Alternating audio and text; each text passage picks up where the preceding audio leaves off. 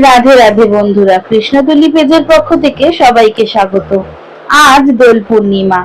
আজকে একটু ইচ্ছে হলো মিষ্টি খাওয়ার, মানে মিষ্টি দোকান থেকে তো কিনে খাওয়াই যায়, তা বাড়িতে ভাবলাম একটু বানাই। তা কি বানাবো, মিষ্টির কোনো খাবার। তাই হঠাৎ মনে হলো এবছর শীতকালে আমার মায়ের একটা খুব মায়ের রেসিপি আর কি, আমার মা ভীষণ ভালো বানায় গাজরের হালুয়া বা গাজরের পায়েস যাই বলেন। তো রেসিপিটা অ্যাকচুয়ালি আমার মায়ের।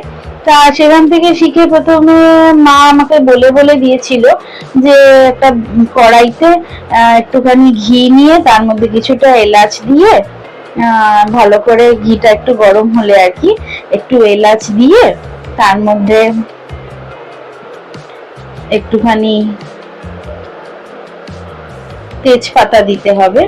তেজপাতা দিয়ে তারপরে গাজরটা দিয়ে দেওয়ার জন্য, গাজরটা দিয়ে লো টু মিডিয়াম ফ্লেমে ভালো করে সেটাকে নাড়তে হবে।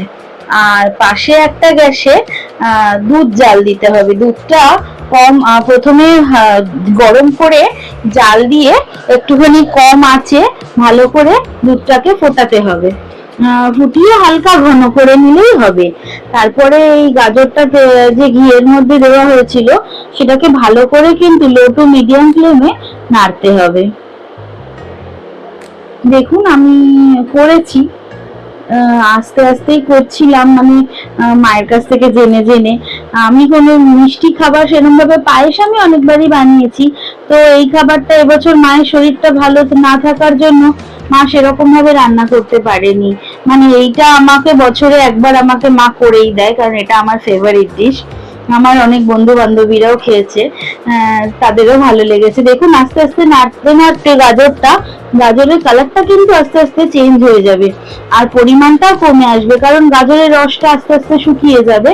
তো এই রকম অবস্থায় ভালো করে নেড়ে যখন মনে হবে যে গাজরটা মোটামুটি ভাজা হয়ে গেছে, রং বদলে গেছে গাজরের, তারপর তার মধ্যে ওই আগের থেকে ঘন করে রাখা দুধটা দিয়ে দিতে হবে।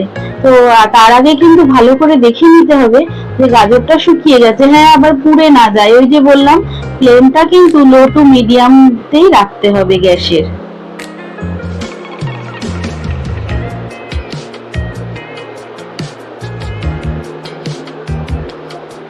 আর বারবার নেড়ে যেতে হবে, তার কারণ নিচে লেগে না যায় কোনোভাবে গাজরটা, সেই জন্য বারবার কিন্তু ভালোভাবে নাড়তে হবে। আর এই যে আমি নেড়ে নিচ্ছিলাম, হাত একটু ব্যথা হয়ে গেছিল। যাই হোক, মা বললো ভালো খেতে হলে ভালো তো করতে হবে। আমি ভাবলাম হ্যাঁ সেটাও ঠিক, যে আমার হয়ে গেছে গাজরটা ভাজা ভালো করে। তারপর আমি দুধটা, যে বললাম আগের থেকে জাল দিয়ে হালকা ঘন করে রাখা দুধটা, সেটা দিয়ে দিলাম। এইবার দুধটা দিয়েও কিন্তু গাজরটা সিদ্ধ করতে হবে, মানে এতক্ষণ তো গাজরের রসটা আমি শুকালাম বা ঘিয়ে ভালো করে ভেজে নিলাম, কিন্তু এইবার গাজরটাকেও তো নরম করতে হবে, তাই গাজরটা কিন্তু দুধে সিদ্ধ করতে দিতে হবে খানিকক্ষণ। আর মাঝে মধ্যে ঢাকনা দিয়েই অবশ্যই সিদ্ধ করবেন, এবং মাঝে মাঝে ঢাকনা খুলে একটু নেড়েও দেবেন। দেখুন আস্তে আস্তে আমার গাজরটা দুধটা একটু উতলে গেলেই আমি ঢাকা চাপা দিয়ে দিয়েছিলাম।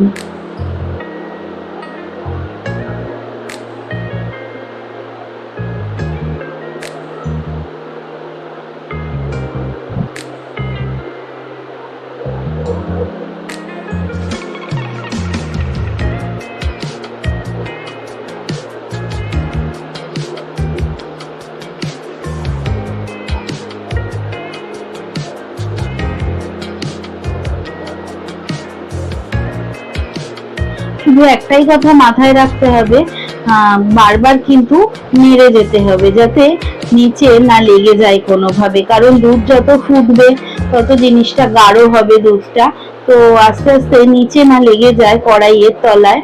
তাই জন্যে বারবার ঢাকা খুলে খুলে নাড়তে হবে।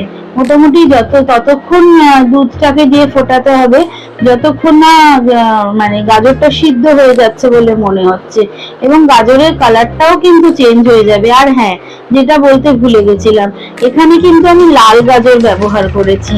মানে অনেকে হয়তো জানে কিংবা হয়তো জানে না, আমি জানি না। আমি এখানে এই গাজরের হালুয়া বা গাজরের পায়েসে কিন্তু লাল গাজরটা ব্যবহার করা হয়। আর তারপরে আস্তে আস্তে আমার গাজরটা সিদ্ধ হয়ে যেতে আমি পরিমাণ মতো চিনি আর দিয়ে দিয়েছিলাম। তারপরে একটু কাজু বাদামও দিয়েছিলাম। আপনারা চাইলে পেস্তা বা আলমন্ড যা হোক একটা দিতে, মানে যে কোনো বাদাম আপনি ইউজ করতে পারেন, কিশমিশও ইউজ করতে পারেন, বাট আমার তো কিশমিশটা ভালো লাগে না। কিশমিশের ফ্লেভারের সাথে এই ফ্লেভারটা আমার ঠিক যায় না, মানে আমার টেস্ট বাডে যায় না, সেই জন্য আমি কিশমিশটা দিইনি। নুনটা কিন্তু সরি নুন কিন্তু একটুখানি দিতে পারেন আপনারা, 1 চিমটে। অনেকেই হয়তো জানে এটা টিপস যে যে কোনো মিষ্টি রান্না 1 চিমটে নুন দেওয়া হয়। আর চিনিটা স্বাদ মতো দিয়ে আরো একবার ভালো করে ফোটাবেন। আর হ্যাঁ, চিনি কিন্তু গলে গেলে একটু জল জল হয়ে যাবে, সেই জলটা আপনার ইচ্ছে মতো আপনি একটু শুকিয়ে নেবেন। মানে পায়েস তো একটু ঘন ঘন খেতেই ভালো লাগে, বা হালুয়া যাই বলেন, একটু ঘন খেতেই ভালো লাগে। চিনিটা গলে গেলে যতটা জল বেরোবে সেটা আপনি শুকিয়ে নেবেন। আর একটা সিক্রেট ইনগ্রিডিয়েন্ট আছে, সেটা আমি কিন্তু বলবো না, সেটা জানার জন্য আমাকে কমেন্ট করতে হবে আমার ভিডিওতে, আর বা আপনি মেসেজও করতে পারেন আপনার ব্যাপার। তো যাই হোক, আমি আস্তে আস্তে সমস্ত কিছু দিয়ে রেখে দিয়েছিলাম। ঠান্ডা হলে তারপর আপনারা সার্ভ করতে পারেন। আর হ্যাঁ, যতক্ষণ না পুরোপুরি ঠান্ডা হচ্ছে ততক্ষণ কিন্তু ফ্রিজে রাখবেন না, তাহলে কিন্তু জিনিসটা খারাপ হয়ে যেতে পারে। আর যেটা বলা হয়নি সেটা হচ্ছে সবশেষে আমি একটু গুঁড়ো দুধ মিশিয়ে দিয়েছিলাম, মানে একটু টেস্টটা বাড়ানোর জন্য। গুঁড়ো দুধের একটা আলাদাই আঠালো আঠালো ভাবও চলে আসে, টেক্সচারটা খুব সুন্দর হয়ে যায়, আর টেস্টটাও খুব ভালো হয়। গুঁড়ো দুধ অনেকেই খেতে খুব পছন্দ করে। আমারও কিন্তু গুঁড়ো দুধ খেতে ছোটবেলায় ভীষণ খেতাম, গুঁড়ো দুধ মায়ের কাছ থেকে নিয়ে নিয়ে, রান্নাঘর থেকে লুকিয়ে লুকিয়ে। যাই হোক, তো আপনারাও বাড়িতে বানিয়ে দেখবেন কেমন লাগলো। আর এই হলো তার ফাইনাল লুক। দেখুন, আমি ঢাকনাটা খুললে আপনারা বুঝতে পারবেন।